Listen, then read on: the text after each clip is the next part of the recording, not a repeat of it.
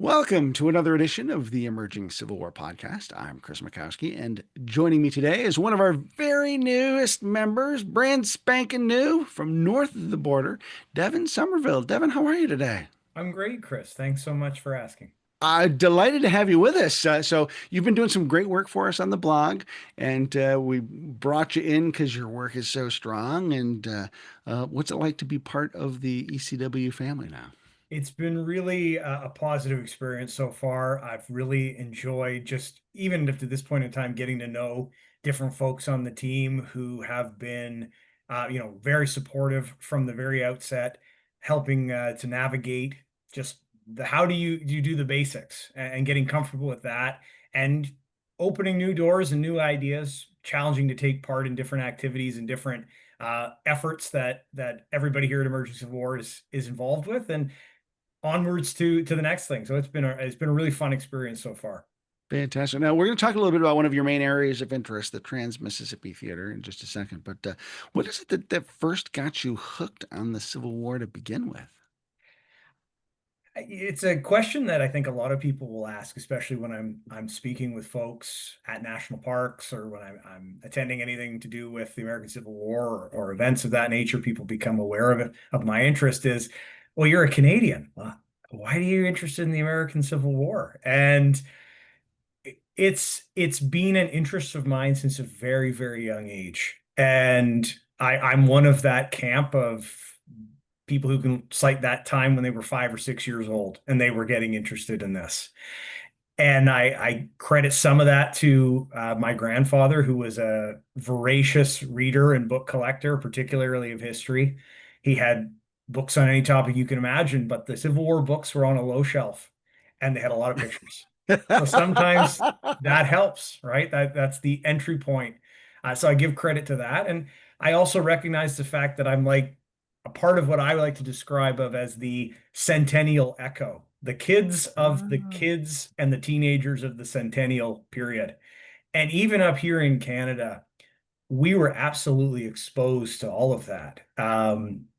Whether it was Bruce Catton's writings and the popularity of those books, the the work of, whether it was Walt Disney or anything like that, that was sort of promoting these, sentimentalized versions perhaps of the period, but it was very much there. And you think about that period in the late 80s, early 1990s, the Ken Burns documentaries. My parents taped those off of PBS. We get PBS up in Canada. So we, was exposed to all that stuff, that rush of output that really came after the centennial and then in the 80s, early 90s was just all around me. And growing up in the greater Toronto area, you're 7, 8 hours drive away from Gettysburg and Antietam, and thereby you have your entry point. yeah. Okay. Very good. Very good. So, were one of those your first two battlefields? Absolutely. In fact, that those were the first two battlefields. Okay. Gettysburg was the first.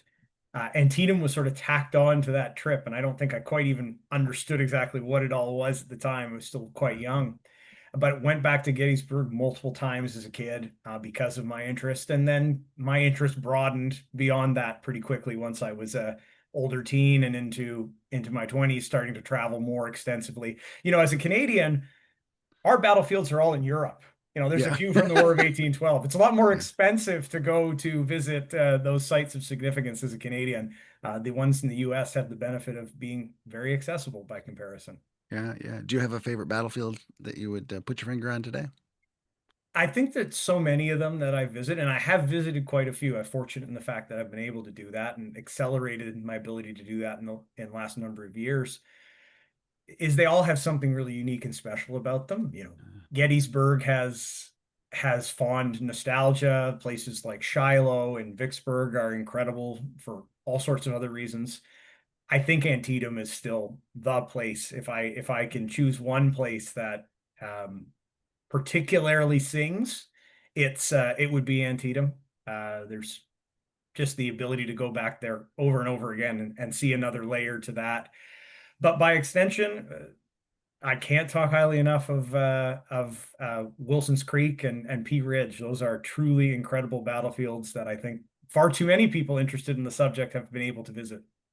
Yeah, I love that answer, because each battlefield does have its own uniqueness and its own ways to speak to us and its own resonance. And I do think it's kind of funny if Antietam was your first battlefield tacked on, and you're like, I'm not even sure I understood it. And now it's like the one place that sings to you. Great, great word there, by the way. Um, I think that goes to show like how many different layers you can add to that melody over the years, and there's still something else to find and something else to hear. That's It wonderful. it's fascinating to me, the variation. I've gotten to know people with a great interest in the subject who are it's all Gettysburg or it's all Antietam or any number of other battles. And the intensity and the never-ending pursuit that they have in that one day or 3 days or 2 days is impressive. And you're just awed by it. And to think, I don't know how one person could be that deep on this one subject. And they're fueled by it.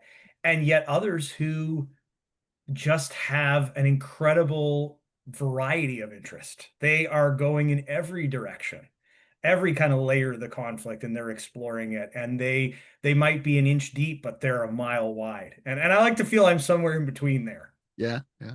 So as someone who fell in love first with those Eastern battlefields, you've already name dropped a couple Trans-Mississippi battlefields. What got you moving from the Eastern through the Western out to the Trans-Mississippi? Yeah, it's an interesting evolution. And I think if for any of us who really try to take that more generalist view to the conflict and period, you're always interested in what do I not know as much about something that I've heard about. The names come to me. I've heard about this, but I haven't spent any time really studying it. I feel everybody goes in a different way with that. You'll sometimes go down a road and you'll realize, this doesn't really quite catch my interest. Fair enough. I poked around. Took the opportunity in the last few years to travel out to Wilson's Creek, to Pea Ridge, really driven first by, I think, Pea Ridge, that this is, had been aware of this as a national park site, had certainly heard plenty of it in studying other Western theater battles, particularly those early in 1862. Shiloh is a place I'd visited multiple times previously. There's a certain connection between that. And so I made the challenge to myself, it's time to go out there. I'm going to travel that way and check it out. And being located where I am, travel is an invariable part of any site. I don't have the luxury of any site being in my backyard. So you got to make a trip no matter where you're going. So the burden of going to Manassas or the burden of going to Wilson's Creek is not dramatically different from each other for me. It's probably involves a plane either way. Okay. And took the challenge to go out there, not really with, I think, a huge sense of how it was going to resonate to me when I got there, an understanding of the battles, deeper on the one than the other. But after the opportunity to get out there and really walk that ground and spend some time there, went during the winter, which is always a bit of a gamble, but it was beautiful weather comparatively for the time of year. The ability to sort of study and see the landscape in those conditions, one of those battles being a winter battle in and of itself. And then starting to do some more reading on both the battles, the personalities, the campaigns that surrounded them, just really started to recognize that there's a lot more here to find interesting, and almost a shame that more people haven't turned their mind to that other side of the Mississippi River and see how it fits into the whole picture on things they might really be interested in. Yeah. So what would you say when you get out there, you've walked the battlefields, you had the chance to then go home and kind of think about that. What was your first takeaway from walking those fields, particularly? On the fields, particularly the incredible asset that you have is not dissimilar, particularly to the way I hear people will describe Antietam, is that it's this largely undisturbed landscape. The veterans could walk there and still see the place in a way that they could recognize where they fought. And that is, I think, something we struggle to find in a lot of the other battlefields, including the national park sites. Either they're not conducive to that because they're very wooded, or they've changed a lot over time. or they're fragmented. But the luxury we have at Wilson's Creek and at Pea Ridge is that they're very contiguous. They're almost entirely protected. In the case of Pea Ridge, it essentially is entirely protected. Every square inch of what you would see of as that core battlefield is national park site. Similarly, at Wilson's Creek, it's nearly so, very, very close to being entirely so. To the point, even at Pea Ridge, that every field is exactly to the specification and size that it was at the time of the battle. You can stand at many places in both, particularly in the winter in the case of Wilson's Creek, and the perspectives you can get on the landscape are just incredible. So, perspectives and scale and size, and be able to visualize how things played out in a way that I don't think is really comparable at too many other Civil War battlefields in the country that are protected, which in and of itself makes it a really um, eye-opening place to see. Yeah. I've always thought that, when I compare Spotsylvania to Gettysburg, where, of course, Gettysburg has this marvelous cultural landscape with all the statues and tablets and stuff. But at Spotsy, it's largely untouched compared to what the veterans saw when they were soldiers. And so you kind of get that time capsule feel where you're standing in the footsteps of what they saw. And so it sounds like the Trans-Mississippi battlefields give you that same sort of time travel aspect where this is what the soldiers were seeing right here when they were here at the time. Hugely so, and as I alluded to, maybe some of the best in the entire country. And to some degree, that's a testament to a lot of people locally back in the 1950s who fought very hard to get their national parks. When the Yeah. centennial was coming, we should have parks too. We should have our protected battlefields. And it just so happened that they were in places where there wasn't a lot of development pressure at the time. Nowadays, there is in the area, but fortunately, those battlefields are already protected for the most part. Yeah. Now, as we were talking about, setting up this interview and what we would talk about, I had to admit that I've never been to the Trans-Mississippi battlefields. They remain on my bucket list. It's a place I definitely want to go. The closest I've gotten, I've been to the former Indian Territory. I've been to St. Louis, so I feel like I've got the bookends, but I haven't gotten into those Missouri, Arkansas sorts of areas. So, for someone like me who wants to keep going, keeps wanting to go but can't get there, what would be the first pitch for you to like that you would give them to bump that up on your priority list? Well, I think right away I put it in the bigger context of the conflict is that I think people get this sense that the Trans-Mississippi was a backwater theater to the war, that the battles were smaller, that the armies were smaller, that it was irregulars, it was guerrilla warfare, and all that is very true, particularly if you're talking about after 1862, when that became really the domain of this irregular war, this very sort of, it wasn't marching with infantry and cavalry, it was raids, it was expeditionary efforts. But in those first 2 years of the war, this was not a strategic backwater. And if you can just go back and look in the official records, look at the way the Lincoln administration, the Davis administration, those who were focused at the time, this was an incredibly strategic part of the overall picture of the conflict. In fact, Lincoln in particular and his administration were very seized with the question of Missouri. We have the I'd say we have the disadvantage always in history of knowing the outcome. We know the last chapter before we get to it. And when it comes to the Trans-Mississippi, I don't think you can look at it that way. You've got to almost look at it without knowing how it all works out. Because at the time, they're looking at Missouri being the eighth most populous state in the country. They're looking at St. Louis being the eighth most populous city in the country. It's bigger than Chicago. It's nearly as big as Boston.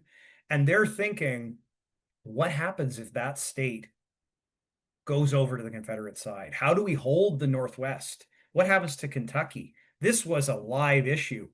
And further to that, the events in those first 2 years are just incredibly dramatic. Like you could not have scripted a more exciting cast of characters and events that lead to these set piece battles. Really three that are really big ones for the strategic picture, and then the personalities involved, some of which you'll only know in the Trans-Mississippi context, but a lot of them show up later in other things that folks who've studied the Eastern theater or the Western theater will know are quite familiar with. That's actually how I first became familiar with Sterling Price. As I was researching Jackson's Valley campaign of 1862, Jackson gets name dropped by the media a lot, along with Sterling Price. And it's like, really? Okay, wow. And like we forget because of that hindsight. Like in 1862, Sterling Price was really seen as kind of a superhero of the Trans-Mississippi, and Confederate hopes were really riding on his shoulders. Absolutely. And Price is the situation with Price is just one of those fascinating examples of what can really make the Trans-Mississippi such an interesting area to look at in that period. You had this dynamic set up right from the outset of the conflict, effectively, between a military force that was commanded by Sterling Price, which was effectively a state militia that was a legal militia organized by an elected state government, but was profoundly secessionist in its orientation and thus disloyal by definition. And he had a personality of being, he was a career politician, had served in the Mexican War, self-promoter, bombastic, a consummate politician in many ways, had been the governor of Missouri, overweight. He was a large gentleman for the time. Contrast that with the Confederate commander at that time in the Trans-Mississippi, who was Benjamin McCulloch, who was the antithesis of that. Benjamin McCulloch, his story almost begins by the fact that he accompanied Davy Crockett to Texas to go fight at the Alamo, and he got the measles. So he was left in Nacogdoches. He never got to the Alamo. But thereafter, if you follow his life, he was the real Davy Crockett. He was the Texas Ranger. He was the panning for gold in California, serving as an intermediary in the Mormon War. He was a congressman and a senator in Texas. He lived an incredible life, and his personality was the opposite of Price. Mm. Everyone who knew him just instantly respected him, but he was quiet. He was he had a low-key demeanor. He was almost a lone wolf in many ways and described that way, unassuming, but very much knew what he thought was right and what was the thing to be done. And naturally, as you can assume, they didn't get along very well, and yet managed to win one battle and, were expected to work together on another where it didn't quite work that way. Yeah. So you've mentioned or alluded a couple times in our conversation so far about how things change over the course of the war in the Trans-Mississippi, but it starts much more conventionally than it ends because of kind of the breakdown of structure and more guerrilla stuff. Let's walk through those early months and years of the conflict out in the Trans-Mississippi. So set the stage for us in 1860, early 1861. What do things look like in the area before war actually breaks out? Well, in many respects, in that time period, you can see Missouri very much tilting into war, even as the rest of the country is perhaps not quite believing it's reached that point in time, or that the struggle could be negotiated away. Even if secessions occurred in South Carolina, there is an off ramp. Because Missouri had been exposed to the Bleeding Kansas situation for several years. They'd already been involved in a low level conflict. And very quickly in Missouri, you had these fractions explode really into a political conflict. You had a governor, Claiborne Fox Jackson, who was an elected governor, duly elected, but he was very openly secessionist. And he didn't play it like Governor McGoffin did in Kentucky, where he was like, I'm going to follow the lead of my legislature. I'm going to hold to a neutral position. He talked neutrality, but nobody was really much fooled about what he wanted. And he was openly conspiring with the Davis administration to find a way to basically force the secession of Missouri. At the same time, you had Frank Blair, the son of Francis Blair, who had been one of the organizing parties to the Republican Party, a kingmaker for Lincoln in many respects. Uh, his son Frank Blair had been a political disciple of Thomas Hart Benton, the iconic senator of Missouri, for really 50 years before the war. Had really broken from the Democratic Party in practice, if not in party identification. And Frank Blair was immediately beginning to effectively conspiring extrajudicially to fight back against attempts of Missouri to secede. And his power base was in St. Louis. He was getting material support from the East through back channels from the Lincoln administration, which He was well connected and began organizing, effectively organizing a militia in St. Louis, largely German American, because that was the sort of most politically reliable constituency in that city for the Republicans, and they were very large as a proportion of the population. But this was all being done outside of the constitutional framework. You had a situation where the constitutional law and would say that the elected governor and legislature, and by extension, the state guard, which was a creation of the legislature, was all legitimate, but was secessionist. And you had, on the other hand, a loyal opposition that was unelected, was operating outside of the law, and was essentially conspiring to work against the elected government of the state. So it was a very combustible situation. And into this, you then introduce the factor of Nathaniel Lyon. And if anyone has looked into Nathaniel Lyon, you could perhaps not have had a worse or a better, depending on how you look at it, individual to have put in that position in St. Louis in that time in 1861 with a mandate to assert federal authority. He's definitely a strong personality who thinks well of himself. Give us the thumbnail sketch of Nathaniel Lyon because he dies early in the war, so a lot of people don't get to know him, but he's extremely influential and important in this very incendiary moment. Absolutely. And I think if you look at the commentary on the war in that first year, you can look at Nathaniel Lyon and you realize that he was an absolute hero in the Northern press. Certainly after he was killed, spoiler alert, he is. But even prior to that, he was a real early hero of the federal cause, of the Union cause. And really that stems from, I think, as you described him, Chris, he was a very much a self-driven and self-possessed individual, a Connecticut Army regular, West Point graduate, had served on the frontier for many years, had been in Kansas during that period of fractiousness, but he was a bit of an anachronism amongst his counterparts. He was, if not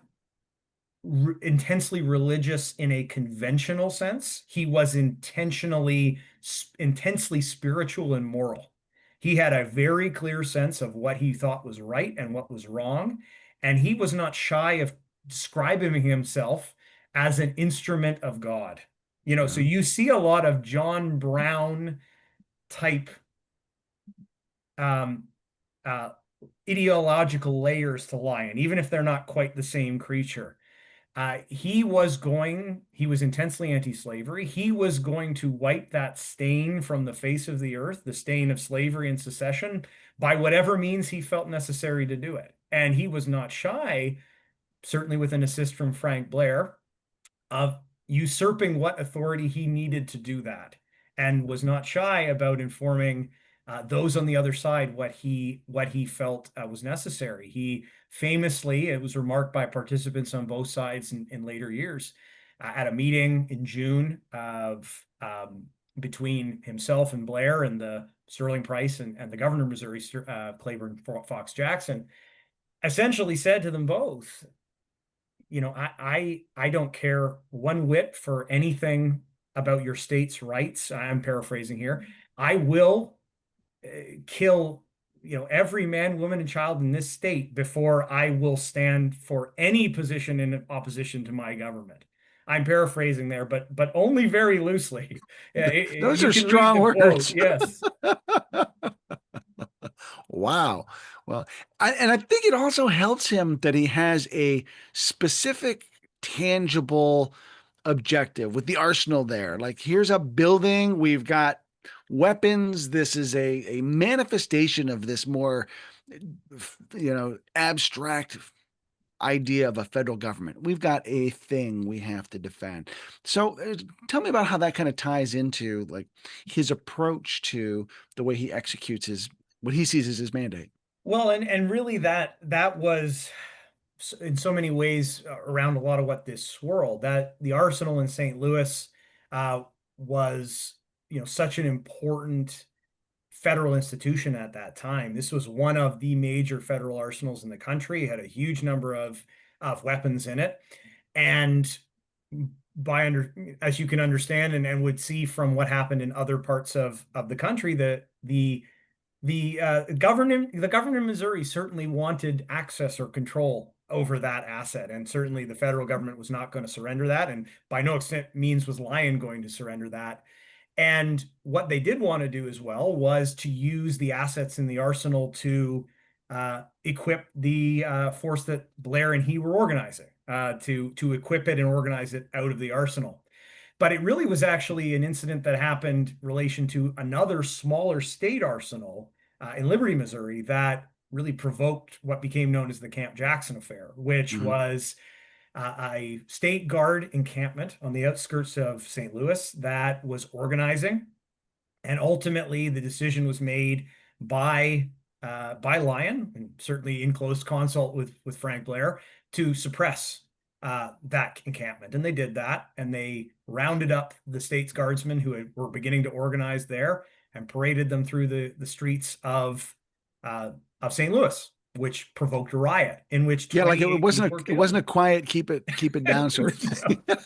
No, no, it was a match on a Tinderbox in May, and it really rapidly led to an escalation of the entire situation, such that by the middle of the following month, the governor had fled from the state capital. Most of the executive branch of the government had fled to the very, very southwestern corner of the state, and you effectively had two governments. You had a government, a new legislature, or the legislature had remained and now became much more strongly unionist in orientation.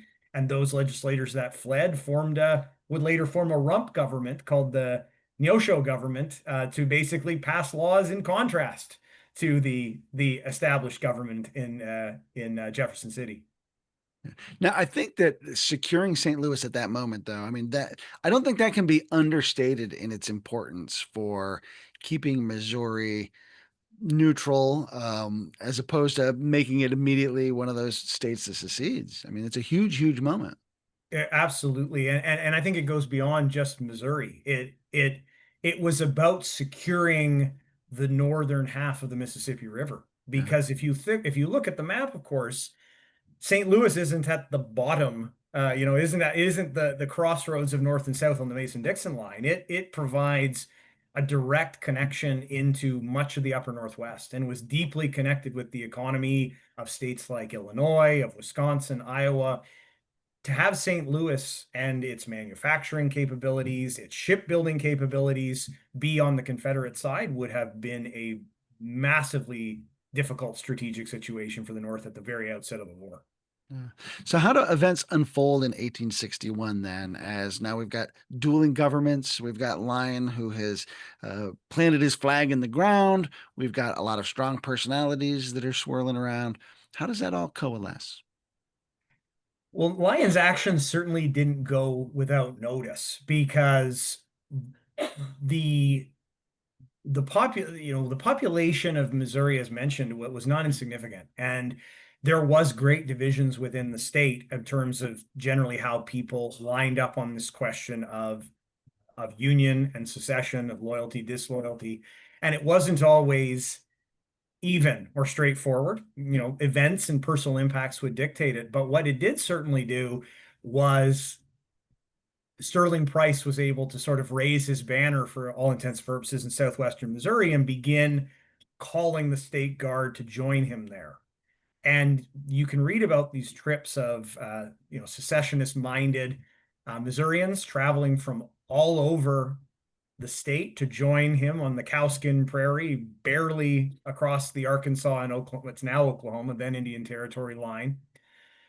But you're also seeing a situation where the connection with the Confederate forces in Missouri is beginning to deepen. And Benjamin McCulloch is beginning to look at the situation to say that the best way to defend Confederate territory with the limited resources I have is by fighting in Missouri and not doing it in Arkansas. Similarly, Lyon's situation is becoming more and more tenuous. He's continuing to advance. He ultimately will reach Springfield, Missouri by July.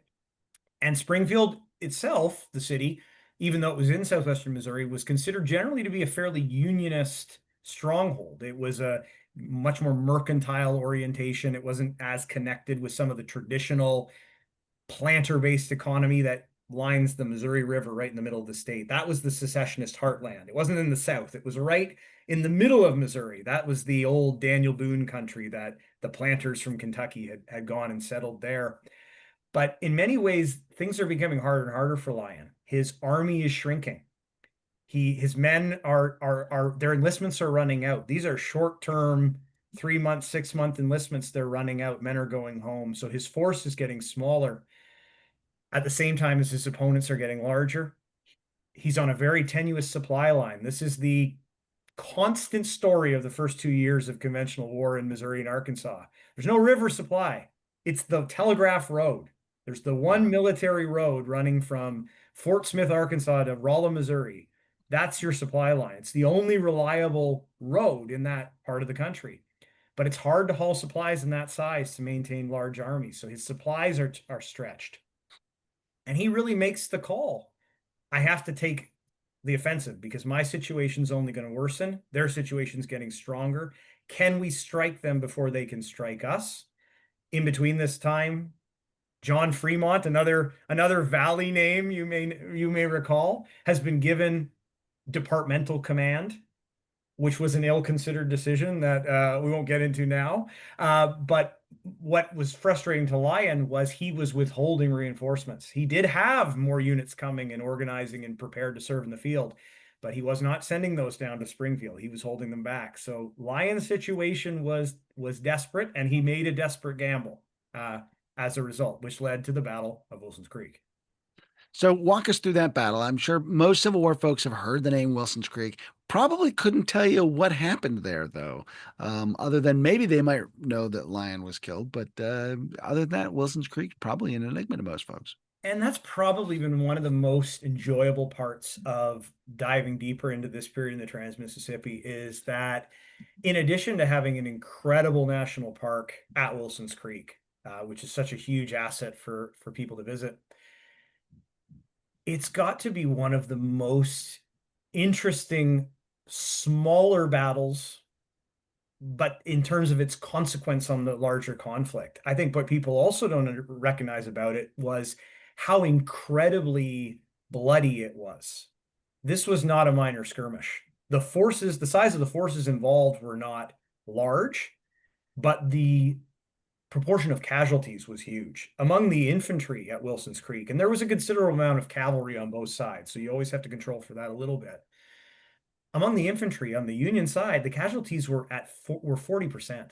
40%, like immense casualties. And when you read the descriptions of the fighting, they just talk about how incredibly bloody it all was and just the blood all over the place, on the trees, on the ground, just an absolute frightening affair for men who in most parts had not seen much, if any, battle to that point in time. But the very high level, the thrust was that Lyon wanted to conceive of a plan to disrupt and defeat this emerging secessionist Confederate force before it had an opportunity to strike him. And the plan that came up with another familiar Valley name, with Franz Sigel, who was his second in command at the time, St. Louis resident and very instrumental in organizing that German community, had come up with a plan where they would divide their army in secret and would surround the encampment of the Missouri State Guard and the Confederate forces that had come to join them and launch a surprise attack, which was very ambitious because they had less than half the men that the Confederates had at that time. But at first, it appeared to work very well. They did achieve nearly complete surprise. Sigel once again showed that if there's one thing he could do well, it was sight individual artillery pieces because he had one of the best individual cannonading performances, completely scattered the State Guard cavalry, routed it.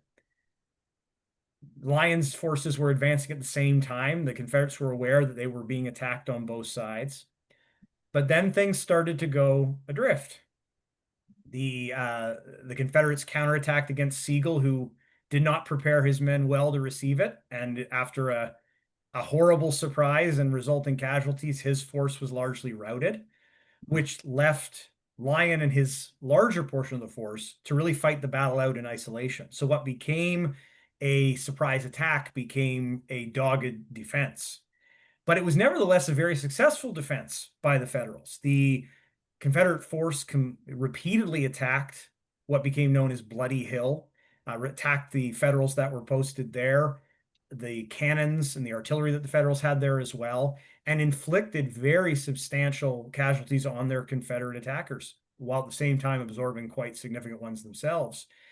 But what I think also characterized it very, very differently from, say, an early fight like the Battle of Bull Run was this was characterized by a manner of fighting that even the participants in it described as like nothing else that they would see in the rest of the war. It was Wow. not what we conceive of as the tactical lines and battle lines and formations that they'd come to learn later. They described it as basically an hours long bloody Indian fight, often happening at distances of less than 100 yards. And the slopes of Bloody Hill at that time, as they are now in the middle of summer, are covered in scrub oak and high grass. And men were popping up and down in the grass at intervals, sudden rushes and counter rushes, very confused.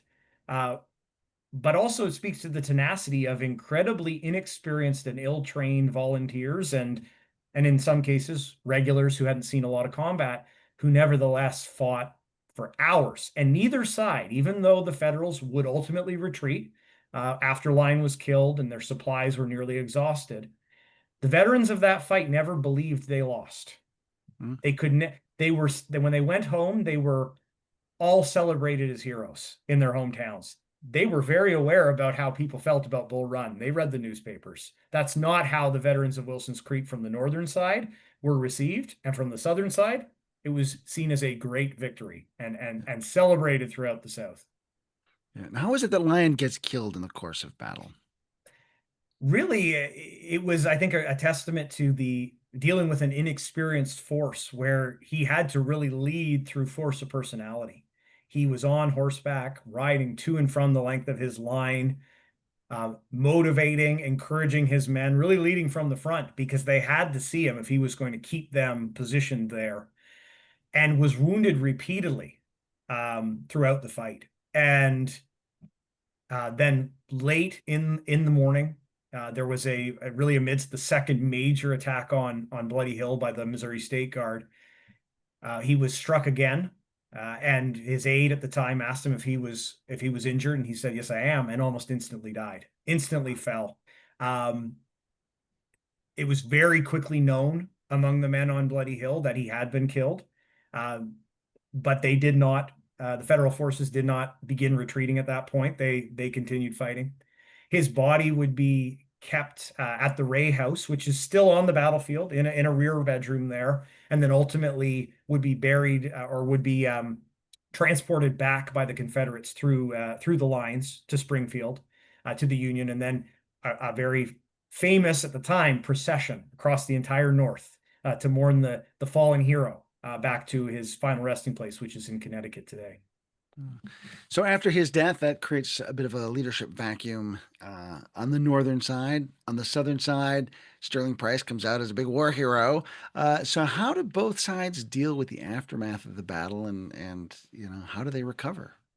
Well, in many ways, I think it's interesting that the worst leadership vacuum really does emerge on the southern side. On the northern side, Lyon's death really solidifies that John Fremont is the preeminent commander in Missouri, but quickly he runs into a lot of problems.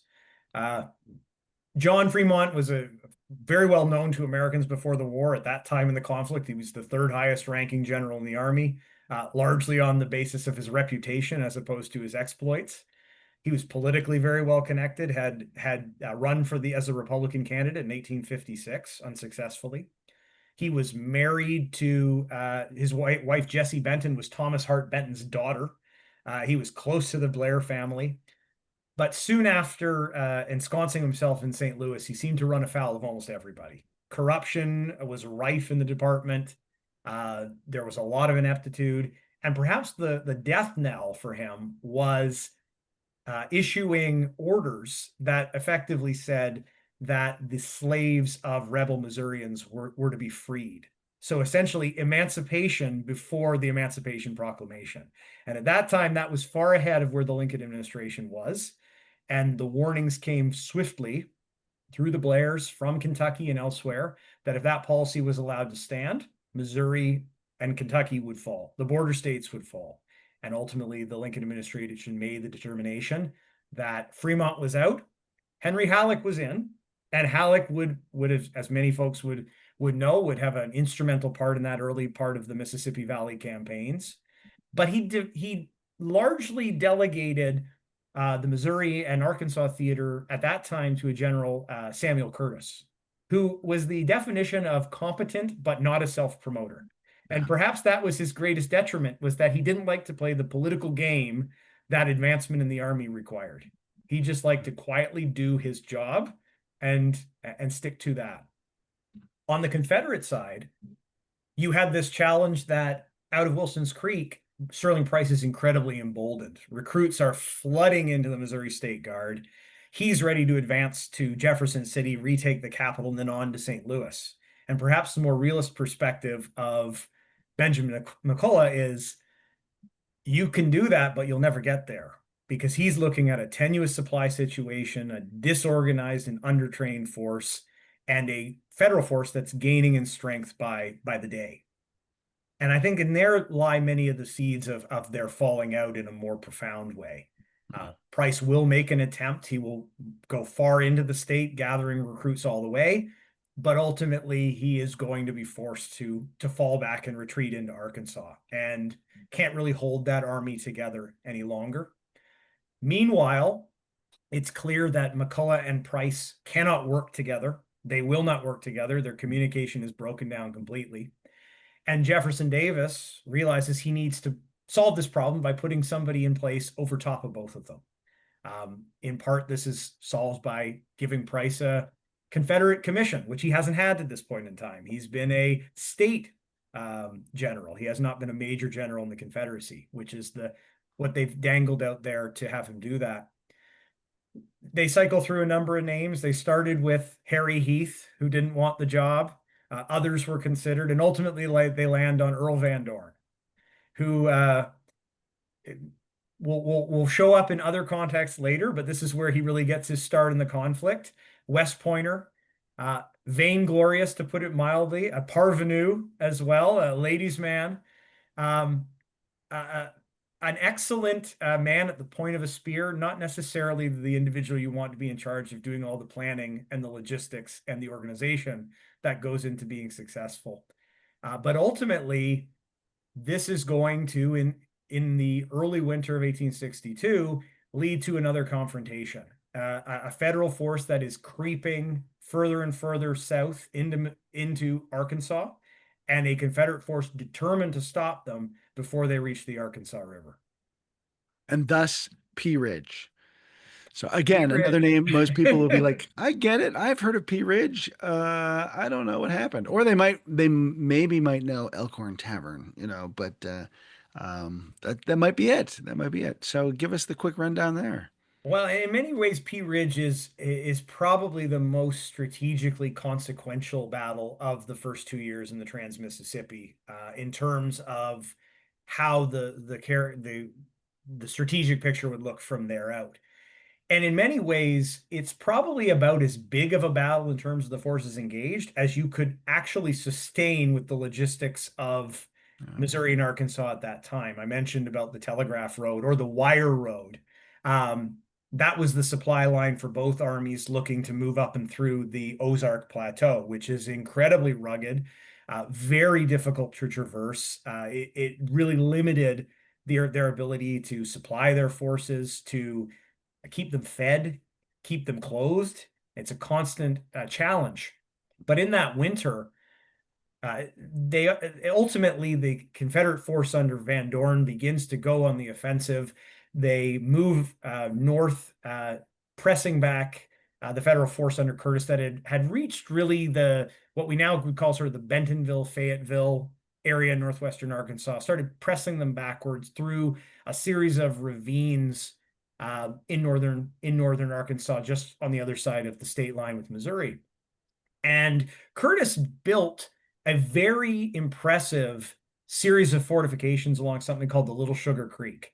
And Franz Siegel, once again showing his incredible talent for retreating well, did manage a masterful retreat into the Little Sugar Creek lines.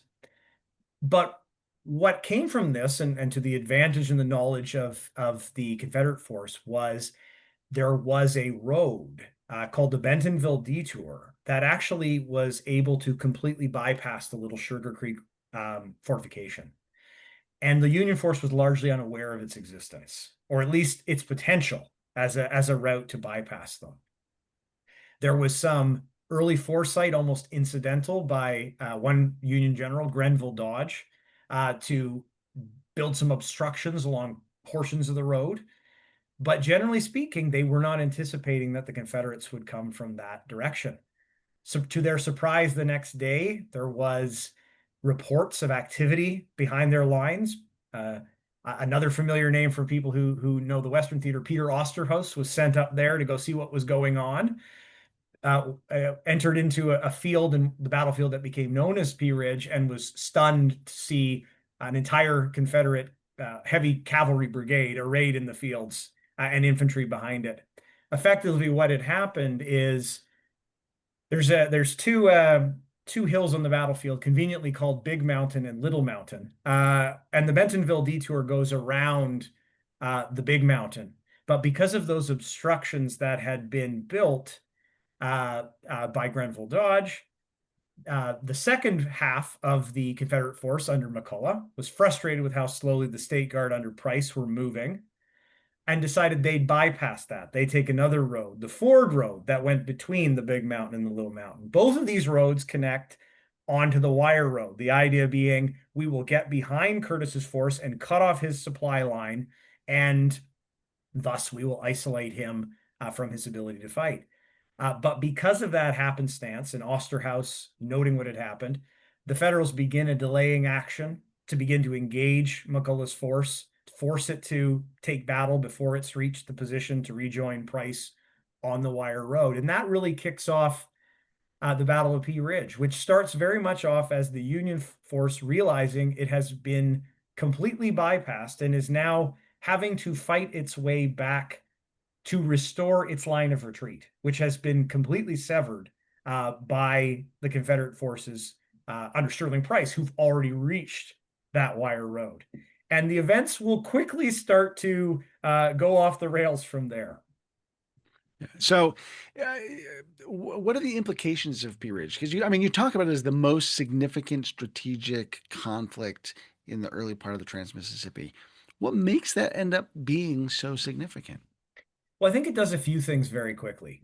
It, as a battle itself, I like to sometimes think of it's always threatens to be a bigger battle than it ends up being. Yeah. And it happens because of very unique happenstances. And perhaps the one that's most strategically significant is right near the outset, in the part of the battle that is often referred to as the Leetown portion of the battle, in a field called Oberson's Field.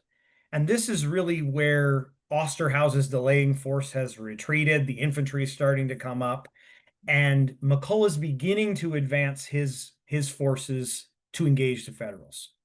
And he rides out, remembering this is winter, there's not any leaves on the trees. He rides out into the woods on the north end of Oberson's Field to get a good view on the Federal forces. The Texas Ranger needs to get the firsthand information. And very quickly, he is shot and killed by the Union soldiers from the 36th Illinois. And he dies instantly. There is a necessary pause for a change to notify his second in command that that the McCulloch has been killed. James McIntosh, another West Pointer, is the second in command. He takes over, rides to almost the same point as McCulloch, and he is himself almost immediately killed.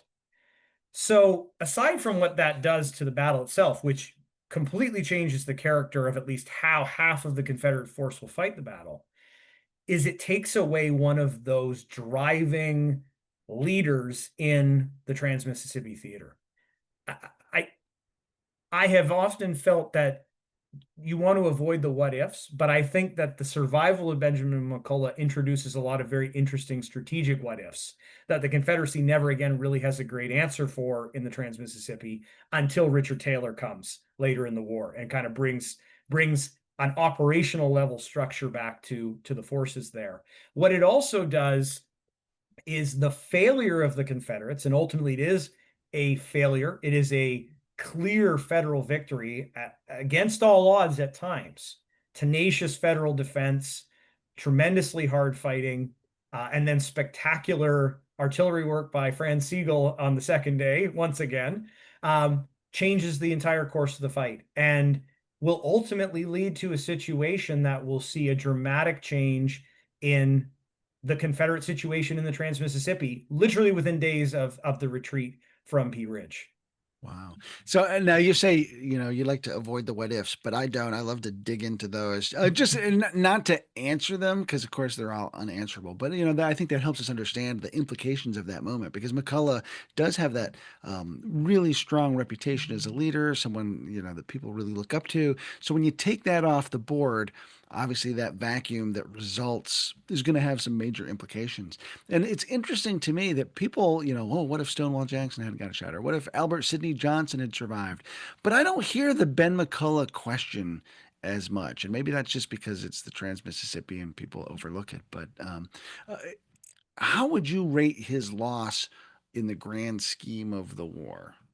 Well, I think it was very significant in the theater. I think, as you described, Chris, he was incredibly well respected by by Jefferson Davis, who may have felt cautious about the fact that he wasn't a West Pointer and thus had some reticence about putting him in theater command. But the men under his command had great respect for him. He had a lot of ability to manage, from my sense, the political dynamics that were existing in the Trans-Mississippi states. And there just was a lot of latent confidence in his ability to manage a very complex environment and to understand implicitly the dynamics he was dealing with between Texas or Louisiana, with the Indian Territory, with Arkansas, in contrast to Earl Van Dorn, who had very little of that. And within days of the defeat at Pea Ridge, Van Dorn would be encouraged to reinforce the army of Albert Sidney Johnston, who was killed at Shiloh, the forces of PGT Beauregard, and will decide to do so by literally scraping every piece of manpower, equipment, and ammunition out of the entire state of Arkansas and crossing the Mississippi River without orders to try and his luck in another theater, rendering the state of Arkansas and that theater effectively defenseless from the Confederate perspective. And that was, I think, I doubt that would have occurred had McCullough stayed there. I don't think he would have been able to pull that off. Yeah. So then how do things shake out in the wake of Pea Ridge? Because, the war does transform in its nature over the course of the next few months and becomes much more guerrilla oriented, as you pointed out earlier. Walk us quickly through that Yeah. transformation. And I think that's really the balance of 1862 is really the transition from a more conventional war into one that does take on that guerrilla and raiding character that you'll associate with the balance of the conflict.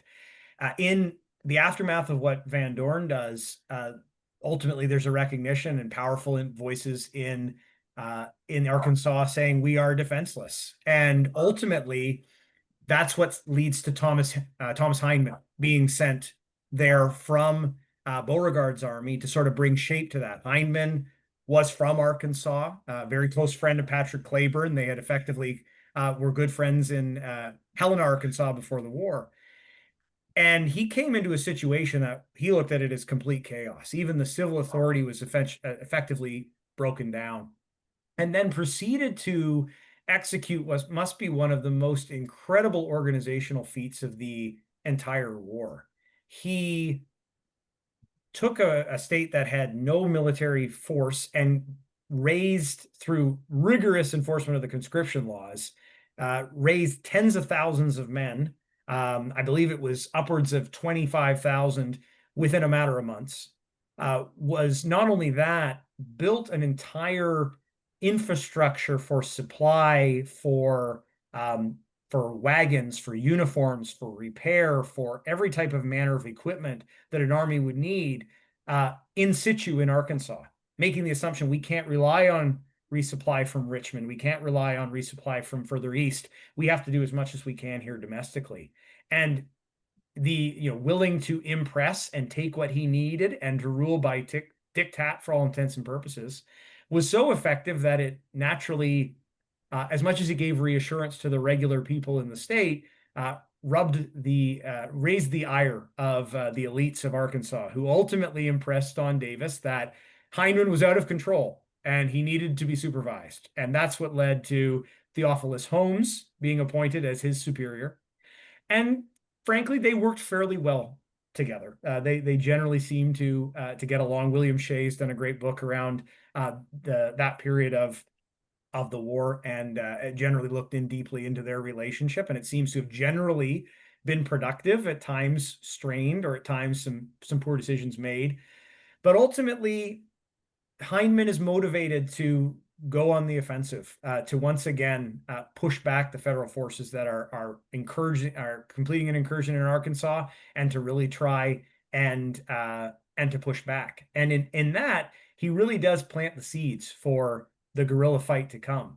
One thing he does is he authorizes the creation of partisan units and captains to go into Missouri to recruit forces to act as irregulars, to disrupt federal communications behind the lines.